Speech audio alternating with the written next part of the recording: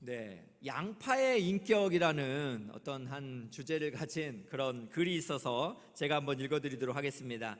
양파는 끝까지 양파다. 어떤 채소나 과일은 겉은 달콤해도 속은 시큰하거나 겉은 써도 속으로는 갈수록 달다. 그러나 양파는 처음부터 끝까지 양파다. 양파의 인격이다 라는 글입니다. 네, 참 뭔가 참 그렇잖아요. 겉과 속이 다르면 우리가 좀 마음이 상하는 것 같아요. 채소나 어떤 과일 같은 것도 색깔이라든지 맛이 겉과 속이 같은 것들이 많이 있습니다. 마찬가지로 사람도 겉모습이나 속모습이나 이렇게 뭔가 양파처럼 까도 뭔가 막 좋지 않은 게 나온 게 아니라 겉모습이나 속이 한결같은 그런 사람이라면 얼마나 참 예수님을 닮은 인격의 사람일까라는 생각이 참 많이 듭니다. 여러분, 오늘은 믿음의 태도 시리즈 중에 우리가 인격에 대해서 한번 좀 고민을 좀 해보고 싶습니다. 제가 신뢰의 기술이라는 헨리 클라우드의 이 박사님의 책을 읽으면서 신뢰라는 말을 이렇게 좀 이야기를 했습니다. 신뢰는 그냥 켜기와 끄기의 그 기능이 아니다라는 것입니다. 신뢰는 저절로 생기는 것이 아니라 노력으로 얻어지는 것이고, 그리고 많은 사람들에게 신뢰받을 만한 객관적인 일들을 보여주는 어떤 긴 시간에 걸쳐서 점진적으로 이루어지는 과정이다라고 이렇게 설명을 했습니다. 네, 신뢰라는 것이 그냥 한번 신뢰해야지 꺼야지 이런 개념이 아니라 정말 객관적으로 보여지는 뭔가를 통해서 장시간 동안 있을 때 신뢰라는 것이 쌓여질 수 있다라는 것이죠. 그렇다면 이 책에서는 그 신뢰를 깨트리는 인격에 좋지 않은, 방해에 좋지 않은 그런 9가지 특성을 얘기했습니다. 첫 번째는 방어적인 태도라는 거예요. 관계에 있어서 너무 방어적인 태도를 갖고 있으면 갈등의 문제가 있을 때 뭔가 해결을 볼 수가 없다라는 것입니다. 또 두 번째는 분노예요. 분노를 막 잘 터뜨리는 사람하고는 뭔가 이렇게 참 신뢰관계를 이루어 가기가 어렵다는 거죠. 또 세 번째는 자기중심입니다. 무조건 자기만 항상 멋지고 또 완벽하고 이상적인 모습을 가지고 있는 사람, 신뢰관계를 갖기 쉽지 않습니다. 또 변덕이 심한 성격, 불안정한 감정, 언제 돌변할지를 몰라가지고 우리가 옆에 있는 사람들이 불안하죠. 또 통제 성향입니다. 사람을 이렇게 통제하고자 하는 강한 욕구를 가진 사람, 이런 사람들도 좀 신뢰를 쌓기가 쉽지는 않습니다. 지나친 의존성입니다. 어른이 되어서도 이렇게 너무나 사람에게 의존하면서 성은답지 않은 이런 사람들 좀 쉽지 않고요. 또 무책임한 사람입니다. 또 병적인 그런 상호 의존, 또 경계 부족이 있어서 노라고 말을 하지 못하는 사람들, 이런 사람들은 더 참 어려움을 또 줄 수 있다는 거죠. 그리고 마지막으로는 험담이나 분열을 그렇게 하는 행위를 하는 사람들, 이런 사람들은 참 인격적으로 우리가 참 신뢰하기가 어렵다라는 생각이 듭니다. 여러분, 이 9가지 지금 우리 헨리 클라우드 박사님이 이야기한 대로 이 9가지의 신뢰할 수 없는 사람들의 특성을 보면서 그 사람이 떠오른다가 아니라 나의 모습은 어떤가를 우리가 점검해 보는 것이 신앙인들의 겸손한 모습이다라는 생각이 듭니다. 여러분, 오늘 본문은 베드로 사도가 우리가 예수를 통해서 그렇게 은혜를 받은 자들은 예수 그리스도의 신적인 성품에 참여할 것을 그렇게 권면을 하고 있습니다.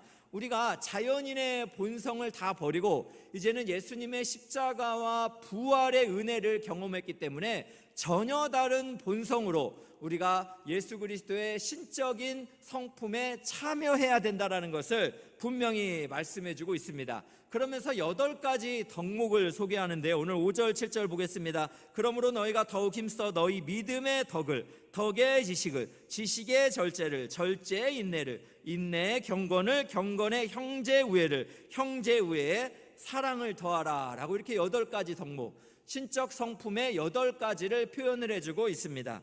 그런데 여러분, 이 신적 성품에서 중요한 특징이 있는데 이것은 무엇이냐면 유기적이고 점진적이다라는 거예요.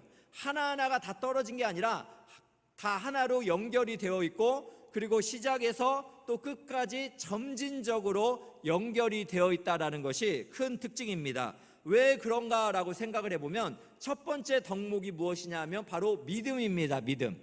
그런데 여러분 잘 고민을 해보면 우리 신자의 믿음은 어디서부터 왔느냐가 그 근원이 중요한 거죠. 여러분 우리의 믿음은 어디서 왔습니까? 내가 잘 믿어야지 뭐 이렇게 해서 온 겁니까? 그렇지 않습니다. 우리는 태어나서부터 이 믿음이라는 것을 갖기 어려운 존재들이죠. 그렇다면 우리의 믿음은 어디서부터 시작되었습니까? 예수 그리스도의 십자가의 사랑에서부터 시작되었다라는 거예요. 그러니까 십자가의 아가페 사랑에서 시작되어서 우리가 믿음을 얻게 되었고, 그 믿음에서 발전을 하여 덕을, 그리고 덕의 지식을, 지식의 절제를, 절제의 인내에, 인내의 경건을, 경건의 형제 우애에, 형제 우애에 사랑을 더하게 된 이 마지막 이 사랑도 아가페 사랑 아닙니까? 예수님의 그 십자가의 사랑을 받은 우리가 믿음이 작동하게 되면서 결국 십자가의 사랑으로까지 그렇게 연결되어서 점층적으로 발전되었다라는 것을 볼 때, 여러분 이 신적 성품이 가진 큰 특징을 우리가 깊이 있게 생각을 해볼 수가 있습니다. 그렇다면 여러분 이 신적 성품에 우리가 참여하기 위해서는 어떻게 이것이 가능한가 한 두 가지 정도 생각을 해본다면, 첫 번째는 신앙의 성숙은 삶의 성숙이다라는 것입니다. 여러분 신앙의 성숙이 우리 성품의 성숙이 될 수 있다라는 것인데요, 특별히 베드로서 1장 3절을 보겠습니다. 하나님께서는 우리가 그를 알므로 말미암아 생명과 경건에 이르게 하는 모든 것을 그의 권능으로 우리에게 주셨습니다 라고 말씀하셔요. 하나님께서는요 어떻게 해요? 예수 그리스도를 우리가 알므로 말미암아, 즉 예수 그리스도를 향한 지식으로 말미암아 우리가 생명과 경건에 이르게 하는 모든 것을 권능으로 우리가 이렇게 받게 되었다라고 말씀을 하고 있습니다.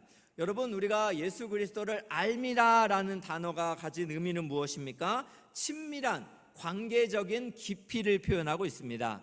여러분 우리가 예수 그리스도를 알므로, 예수 그리스도와의 깊은 관계를 맺음으로 그분으로부터 오는 능력으로 말미암아 우리가 이 신적 성품에 참여할 수 있게 되었다라는 것입니다.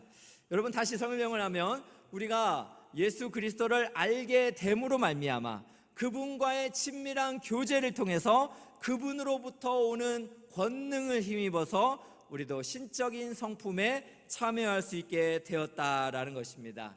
여러분 그렇습니다. 사랑이라는 거 참 어렵습니다. 누군가를 오래 참아준다는 거, 기다려준다는 거 한계가 있어요. 아무리 부모라 할지라도요, 자식에게 이렇게 뭔가를 최선을 다했지만 뭔가 피드백이 오지 않으면 마음이 상하는 것이 우리가 한계를 가진 부모의 마음이다라는 생각이 듭니다. 여러분 그렇습니다. 우리가 이 땅에서 정말 사랑이라는 거 쉽지가 않지만 예수 그리스도를 의존할 때 그 예수로부터 오는 그 사랑을 우리가 힘입게 되고, 그 사랑으로 우리도 신적인 성품에 참여할 수 있다는 것을 믿으시기를 예수님의 이름으로 축원합니다.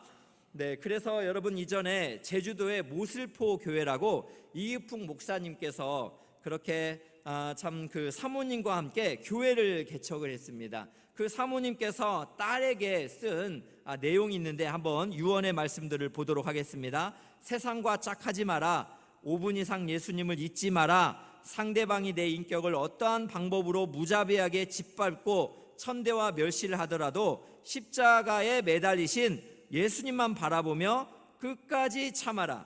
내가 세상을 떠난 후에 심판대 앞에서 예수님께서 판가름을 해주실 것이다. 그러므로 날마다 참으며 내가 내 자신을 죽여라.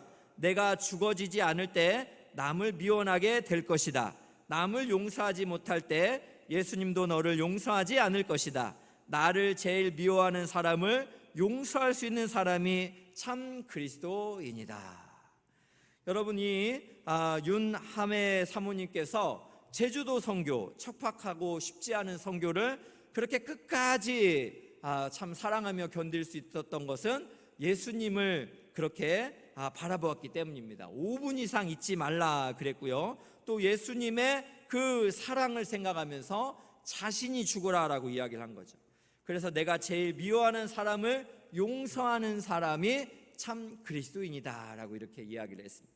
사랑하는 귀한 성도 여러분, 우리가 예수 그리스도를 알 때 우리의 그 신적 성품도 깨달아지게 될 줄로 믿습니다. 우리가 십자가의 사랑을 경험할 때 우리의 인격적인 성장도 있을 줄로 믿으시기를 주님의 이름으로 축원합니다.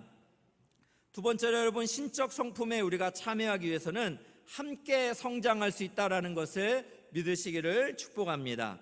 여러분, 탈무드를 보면 마음가짐에 대해서 4가지 유형의 사람이 나오고 있습니다. 첫 번째 사람은 내 것은 내 것이다. 그러니까 내 것은 내 것이다. 여러분, 우리가 자녀들한테 종종 하는 것 같아요. 딸아, 네 것은 내 것이다. 여러분들은 안 그러시는군요. 아빠 것은 네 것이다, 뭐 이렇게 표현을 하시는 분들이 많으신가 봅니다. 내 것은 내 것이다, 이게 취하는 자입니다. 또 두 번째, 내 것은 내 거고 내 것은 내 것이다. 네, 이것은 뭡니까? 받은 만큼 돌려주는 사람을 말하는 거죠. 또 마지막은 뭡니까? 내 것은 내 것이다. 내 것이 내 것이다 라고 말하면 주는 자. 여러분, 탈무드에서는 이 4번째 사람이 성자라고 이야기를 합니다. 여러분, 그렇다면 예수님을 알고 또 예수님을 닮기 원하는 성자는 어떤 삶을 산다고요? 내 것이 내 것이다, 주는 삶을 살아가야 한다라는 것입니다. 저는 오늘 여러분 이 신적 성품을 쭉 8가지를 살펴보면서 깊이 있게 가슴에 한 주간 다 이렇게 꽂혔던 그 단어가 있습니다. 그것은 바로 형제우애예요. 형제우애. 오늘 말씀 7절 보겠습니다. 경건의 형제우애를, 형제우애에 사랑을 더하라. 이 말씀이 이 한 주간에 얼마나 제 마음속에 깊이 다가왔는지 모릅니다. 여러분, 형제우애라는 것은 뭐예요? 서로 사랑하는 친구, 또 형제나 자매에 대한 애정을 의미를 하죠. 그래서 그 예수를 믿는 동역자들과의 사랑을 여러분 형제우애다라고 이렇게 표현을 한 겁니다. 여러분, 우리 예수 믿는 사람들끼리 또 교회 안에서 만난 우리 성도님들끼리 형제간에 깊이 있는 사랑의 교제가 필요하다라는 것입니다. 그런데 지금 신적 성품은 여기서 마치지 않고 뭘 더하라고요? 사랑을 더하라, 사랑을 더하라. 그런데 여러분, 이 사랑은 아가페, 십자가의 그 내어주는 사랑을 말합니다. 이 사랑을 더하는데 이 사랑은 어떤 거예요? 상대를 정말 좋아하는 마음으로 그 상대를 위해서 내 것을 포기하고 주는 사랑. 여러분, 이것이 사랑을 더하라라는 큰 의미를 가지고 있습니다. 그렇다면 여러분 어떻습니까? 정말 사랑을 더하고 계십니까? 쉽지는 않은 것 같아요. 지난주에도 제가 영적 전쟁에 대해서 설교를 했는데요, 많은 분들이 반응이 있었습니다. 목사님, 제가 부부관계에 참 어려움이 있습니다. 또 부모님과 자녀관계에 어려움이 있습니다. 되돌아보니까 영적인 전쟁이었습니다. 내가 예수 그리스도의 십자가 아래서 아직 덜 죽었기 때문에 나타난 현상이었습니다. 이렇게 고백하시는 정직한 성도님들이 많았습니다. 그래서 실제로 2부 예배를 마치고 밖에 나갔더니요, 어떤 부부가 해맑은 모습으로 저를 찾아와 말합니다. 목사님, 저희 집을 어떻게 그렇게 하셨어요? 사실은 지난 한 주간 너무 힘들게 보내고 오늘 또 그렇게 참 냉담의 마음을 가지고 예배를 왔는데 말씀을 들으면서 그렇게 화목하게 되었다라고 말씀하셨습니다.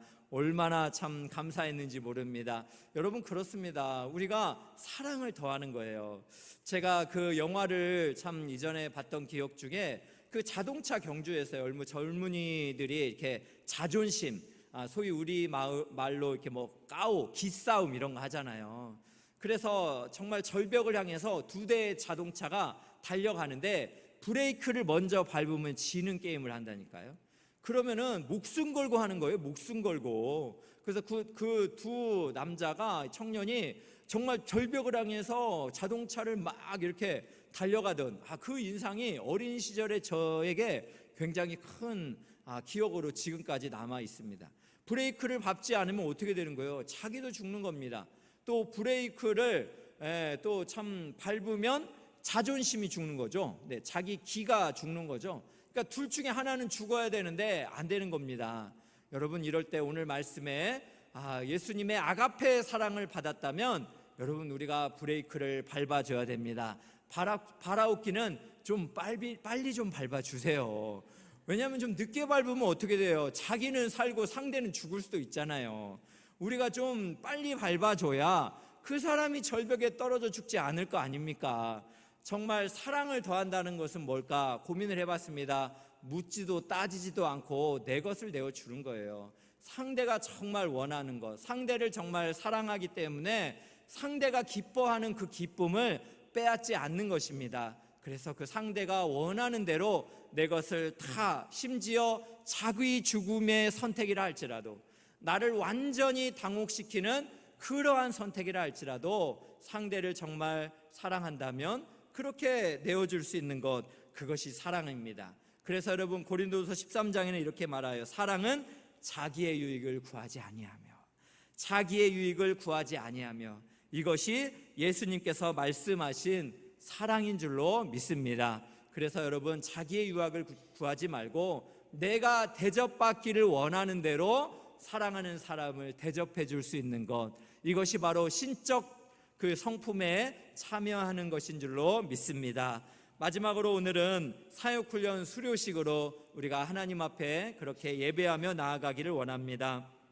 제가 사역훈련 분들과 함께 이 훈련을 받으면서 예수님을 알게 되고 또 예수님을 닮게 되는 것, 이것이 바로 우리의 참 인격이고 이것이 바로 예수님께서 말씀하신 신적 성품에 참여하는 것이구나라는 생각이 들었습니다. 그래서 우리 사역훈련 우리 수료생 분들과 함께 우리 어제도 함께 모여서 우리가 수료 받는다고 해서 뭔가 더 무슨 완장을 하나 찾다가 아니라 오히려 우리가 예수님의 십자가의 사랑을 더 깨달은 사람으로 우리 서로가 서로를 위해서 더 헌신하고 또 교회 공동체와 성도님들을 사랑하는 그렇게 무익한 종의 삶을 삽시다, 이런 결단을 하면서 어제 함께 참 기도를 했습니다.